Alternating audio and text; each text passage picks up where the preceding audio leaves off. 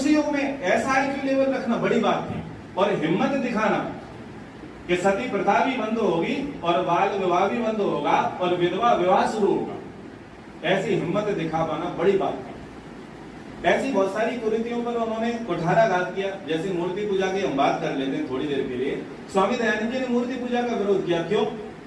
इसलिए किया कि व्यक्ति को स्वयं पर विश्वास नहीं, वो खोए हुए आत्मविश्वास को जगाना चाहते थे भारतीयों के।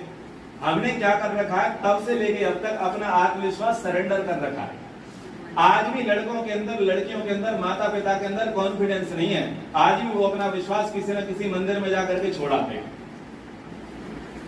खुद पर विश्वास नहीं है, खुद के कर्म पर विश्वास नहीं है, और अपने विश्वास को किसी न किसी मंदिर से जोड़ लिया है, किसी न किसी पूजा पाठ से जोड़ लिया, यानी मेरे हिस्से का काम तुम करना। तो सेल्फ कॉन्फिडेंस उस दौर में नहीं था लोगों के अंदर। अगर तुम्हारे अंदर सेल्फ कॉन्फिडेंस नहीं है तो बताओ तुम स्वतंत्रता कैसे लेकर के आओगे। और लड़ने की बात आई तो लोगों ने संत जान मजीरे बजाना शुरू कर दिए। स्वामी दयानंद जी ने कहा कि ये कौन सी मूर्खता है, अरे शंकर जी का त्रिशूल उठाओ, कृष्ण का चक्र सुदर्शन उठाओ, काली कलकत्ते वाली का खप्पर उठाओ, तलवार उठाओ, हनुमान की गदा उठाओ और गाजर मूली की तरह काट दो। तुम कहां पर बैठे हो? अरे भगवान का 24वां अवतार होगा, कल की आएंगे और मुगलों को गाजर मूली की तरह काटेंगे, ईसाइयों को गाजर मूली की तरह काटेंगे। और कहा है कि जब जब हो धर्म पर हानि बाढ़े अधम असुर अभिमानी, यदा यदा ही धर्मस्य ग्लानिर्भवति भारत अभ्युत्थानम धर्मस्य तदात्मानं सृजाम्यहम्। ये वचन लोगों को सुनाने लगे। अरे मूर्खों, और कितनी मूर्खता आएगी कि पिता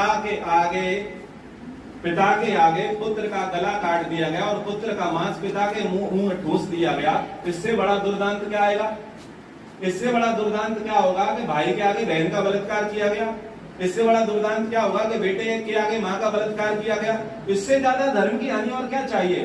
अरे जनेऊ तौल तौल करके रखे दिए गए कि तराजू पर जनेऊ तौल दो इतने, तब जाकर के तुमको छोड़ा दिया जाएगा, नहीं तो मार दिया जाएगा। ब्राह्मणों के सिर काट दिए गए, क्षत्रियों के सिर काट दिए गए, बीच चौराहे पर गाय काटी गई। इससे बड़ी और पाखंड धर्म की हानि और क्या होगी? तो स्वामी दयानंद जी ने कहा कि झांझ मंजीरे मत बजाओ, शंख मत बजाओ, इनके सामने मत बैठो और अपने भीतर विश्वास जगाओ। God help those who help themselves. ईश्वर उसी की सहायता करता है जो अपनी सहायता स्वयं करना जानता है। तो उन्होंने कहा कि अपने आत्मविश्वास को जगाओ और लड़ना सीखो। अगर तुम लड़ना सीखोगे तो भगवान भी तुम्हारी मदद कर देगा।